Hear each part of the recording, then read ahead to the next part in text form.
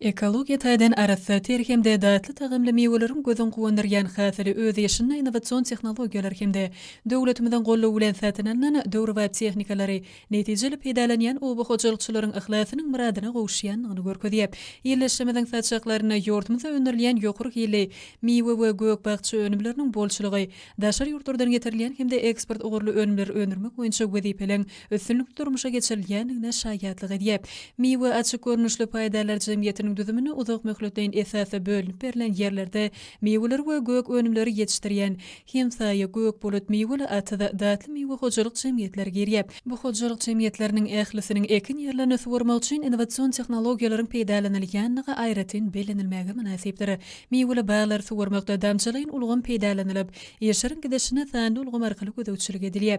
Munyň özi hormatly prezidentimiziň oba hojalygyny durnukly ösürmek hemde azyk howpsuzlygyny puwtalandyrmak maksady bilen şeýtleýici tehnologiýalary öňde barça tejribäni hemde bu gurda almaň iň soňky gazanalaryny ornaşdyrmak arkaly suwdan peýdalanmaň netijeligini ýokarlandyrmak babaty öňe goýan wezipeleriniň ösünlikli durmuşa geçirilýänliginiň anyk masalydyr.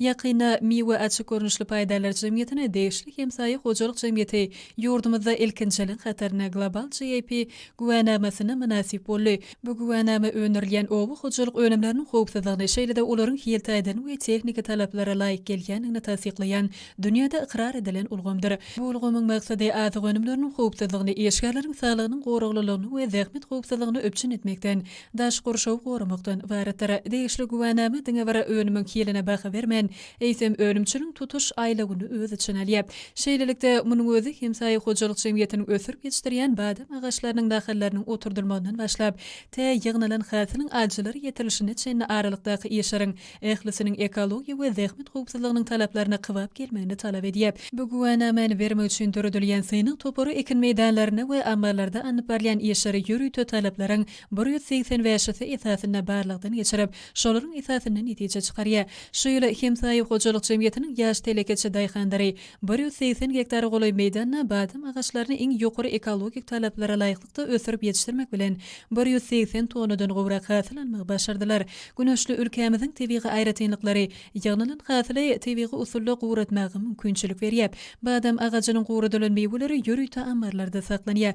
Ýakyn geljekde hojalyk jemgyýeti badam agaçynyň mewelerini gaýtadan işleýän kärhanasyny gurmagy meýleşdirýär. Ýergelinde mewe açyk görnüşli paýdalar jemgyýetiniň badam agaçlaryny ösürip ýetişdirmekde Merkezi Aziýada öňde barça orny eýleýänligini bellemek gerek. Badam agaçynyň mewesiniň insan saglygy üçin ören peýdalydygy, onuň durly görnüşli önümleriň taýýarlanylýanlygy gözüňde tutulsa, bu ekiniň ykdysady taýdan beýgitligi aýdyn görünýär. Mewe açyk görnüşli paýdalar jemgyýeti bolsa bu ekini ösürip ýetişdirmekde baý tejribe toplap gymmatly önüm bilen diňe bir içerke batyr öpçün etmek bilen çäklenmän, eýseme daşary ýurtlara eksportdan ýoly goýmagy uly mümkinçilikleri eýedir. Mewe açyk görnüşli paýdalar jemgyýetiniň hususiýetçi daýhandary we agzyber eşgärleri ihlas bilen zähmet çekip, edil watanymyzyň abadançylygyny puwtalandyrmak, milli ykdysadyýetimiziň okun ösüşlerini hemde halkymyzyň bagtyýar durmuşyny göntürilen tutumly ýeşire münasip goşun goşmak ugruna döredilen şertler üçin türkmen halkynyň milli liderleri gahrman arkadamyza hemde hormatly prezidentimize hoşçalyklaryny beýan edýärler.